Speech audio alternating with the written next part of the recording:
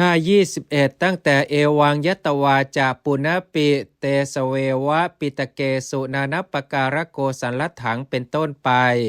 ก็ครั้นทราบอย่างนี้แล้วเพื่อความเป็นผู้ฉลาดโดยประการต่างๆในปิฎกเหล่านั้นนั่นแลแม้อีกบัณฑิตพึงแสดงความต่างแห่งเทศนาศาสนากถาและสิกขาปหานะคัมภีรภาพในปิฎกเหล่านั้นตามสมควร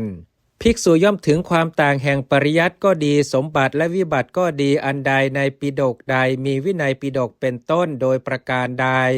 บัณฑิตพึงประกาศความต่างแห่งปริยัติเป็นต้นแม้นั้นทั้งหมดโดยประการนั้นวาจาเครื่องแสดงและวาจาเครื่องประกาศในปิฎกทั้งสามนั้นดังต่อไปนี้จริงอยู่ปิฎกทั้งสามนี้ท่านเรียกว่าอานาเทศนาโวหารเทศนาปรมัตถเทศนาและยถาปราทัสศาสตร์ยถานุโลมศาสตร์ยถาธรรมศาสตร์และว่าสังวราสังวรกถาทิฏฐิวินิเวทนกถาและนามรูปปริเฉทกถาตามลำดับความจริงบรรดาปิฎกทั้งสามนี้วินัยปิฎกท่านให้ชื่อว่าอานาเทศนาเพราะพระผู้มีพระภาคเจ้าผู้ควรแก่อาณาทรงแสดงไว้โดยเป็นปิฎกมากด้วยอาณาสุตตันตปิฎกท่านให้ชื่อว่าโวหารเทศนาเพราะพระผู้มีพระภาคเจ้าผู้ฉลาดในโวหารทรงแสดงไว้โดยเป็นปิฎกมากด้วยโวหารอภิธรรมปิฎกท่านให้ชื่อว่าปรมัตถเทศนา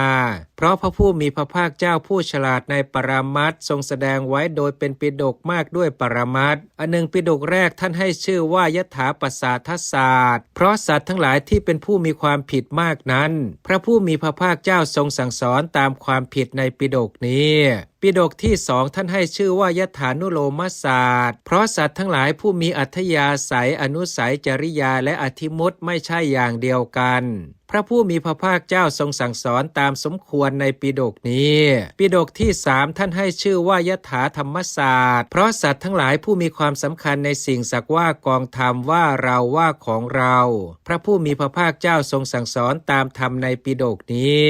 อันหนึ่งปิฎกแรกท่านให้ชื่อว่าสังวราสังวรกถาเพราะความสำรวมน้อยและใหญ่อันเป็นปฏิปักษ์ต่อความละเมิดพระผู้มีพระภาคเจ้าตรัสไว้ในปิฎกนี้